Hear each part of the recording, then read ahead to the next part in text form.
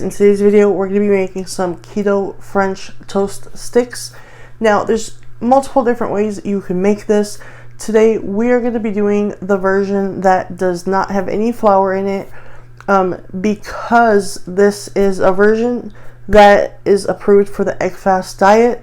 So if you do egg fast every now and then, or you're thinking about doing an egg fast, this is something that is actually egg fast approved, and you can actually have French toast on an egg fast. Now, if you wanted to, you can add flour to it. So I just wanted to do a version today for the flourless version, just because I am thinking about possibly trying out the egg fast for a couple days, and I just want to get some recipes ready in order for me to do that.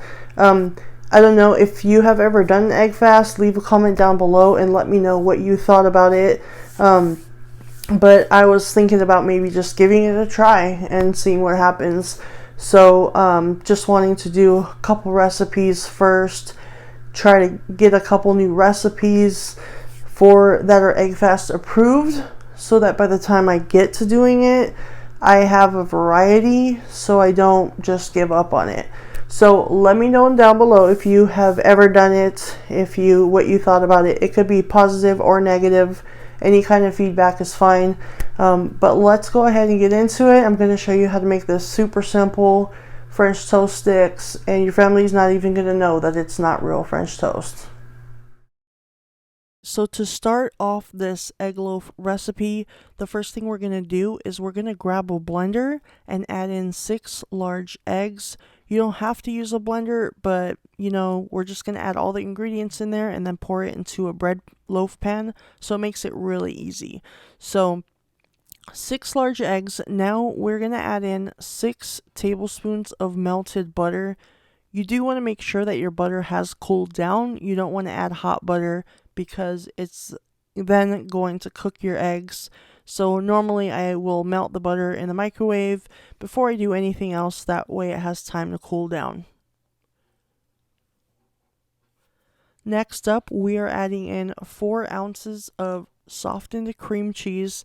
This is softened at room temperature. Now, if you're like me and you're impatient and you don't have time for it to just sit there on your kitchen counter forever, just put it in the microwave for like 10 to 15 seconds, up to 30 seconds. You just want to do it in 10 to 15 second increments though. And then just make sure it's soft and mashable. You don't want any of those clumps in your batter. Alright, and then as always, we're going to add a pinch of salt. Really helps bring out those flavors. And today I am using monk fruit sweetener. That is the sweetener I normally use. We're adding in 1/4 of a cup. If you use allulose, please make sure that you add more. And then we're also adding in 1/2 teaspoon of cinnamon. With the allulose, you always need to add more of that than regular sweetener. It isn't as sweet as the other sweeteners are. So just add a little bit more if you're using allulose.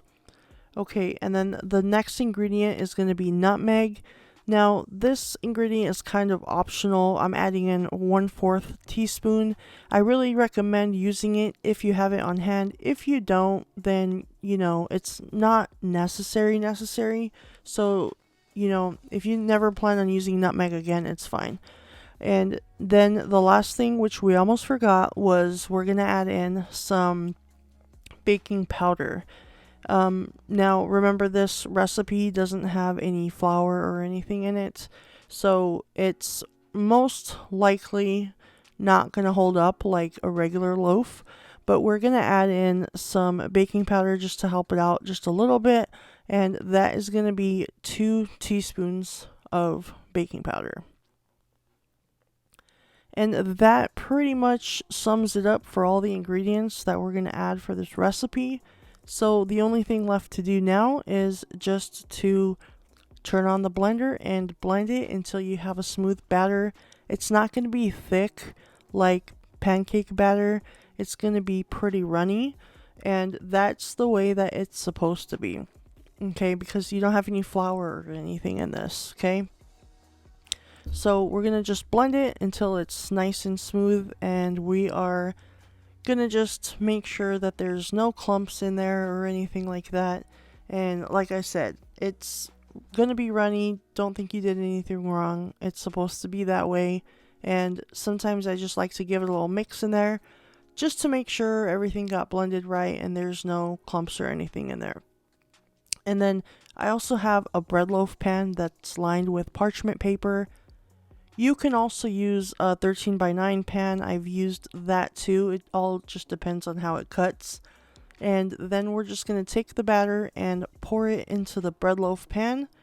And I already have the oven preheated at 350 degrees. And then we are going to place it into the oven for about 20 to 25 minutes, give or take, depending on your oven. We've pulled the egg loaf out of the oven. Mine took about 25 minutes, and as you can see, as it cools, it starts to collapse. It's okay. That's completely normal. You don't have flour in this recipe to hold it up. So, but for this case, it really doesn't bother me. There are tricks that you can do, but for me, it's not a problem because I'm just going to cut them up anyways, and it doesn't need to look pretty when it comes out. So, once it cools down a little bit, take it out of the pan, let it cool down a little bit, and then what we're going to do is we're going to start cutting into our French toast sticks, making our French toast sticks. Alright, so our egg loaf has cooled down, and I'm just going to start cutting into it just to show you what it looks like on the inside. And it does kind of still look like bread, even though there's no flour or anything in there. And actually, let me give you a close-up so that you can really see what the inside looks like, what it's supposed to look like. So, as you can see by this, it's fully cooked, and it kind of looks like bread. So, we're going to now just to finish cutting up all of our pieces, our sticks, and right after that we'll be ready to cook our French toast sticks.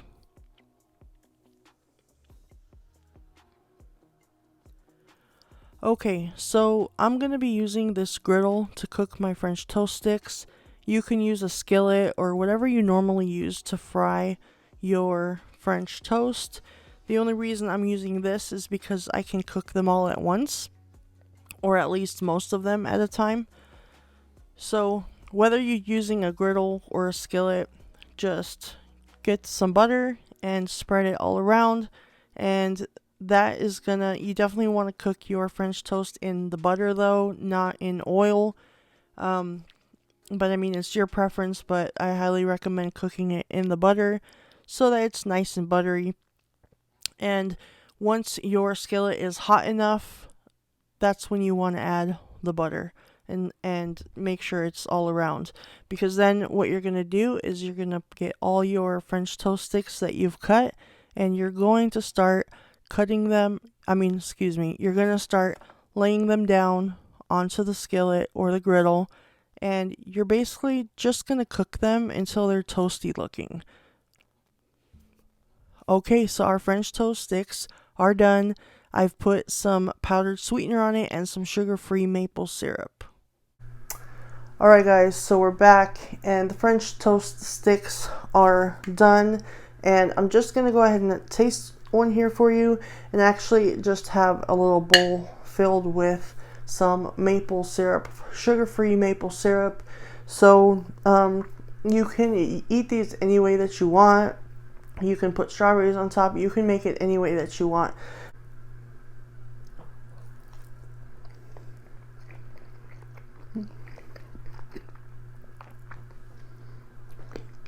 See how it looks on the inside.